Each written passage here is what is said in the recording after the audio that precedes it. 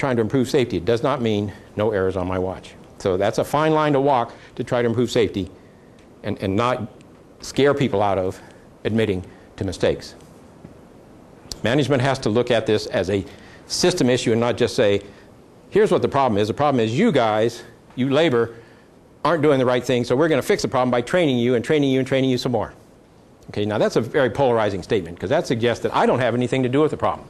Well, the reality of it is I have lots to do with the problem because I'm the one who created the procedures and bought the equipment and made the environment in which labor is trying to do the right thing and makes mistakes. So if I don't come to labor and say this is an us problem, but instead say this is a you problem, then that's a very polarizing statement. And you're not going to get anywhere with it, and you create bad labor management relations. So it has to be an us problem.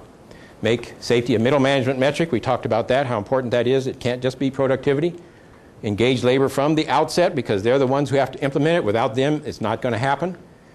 Include all of the system. That's the point of the whole thing. Manufacturers, operators, regulators, and others. Those examples I gave about manufacturers being sensitive to the pilots and the mechanics, I have not seen that in any other industry I've been to, most notably healthcare. In healthcare, I've seen all these systems invented because somebody sitting at a table, probably with no medical expertise, thought this would be a great idea, and they invent it and bring it into the system.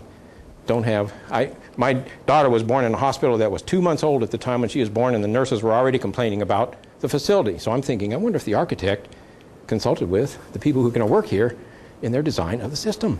This is 2 months old, and they're already complaining about how this is designed poorly, and that's designed poorly, et cetera, et cetera.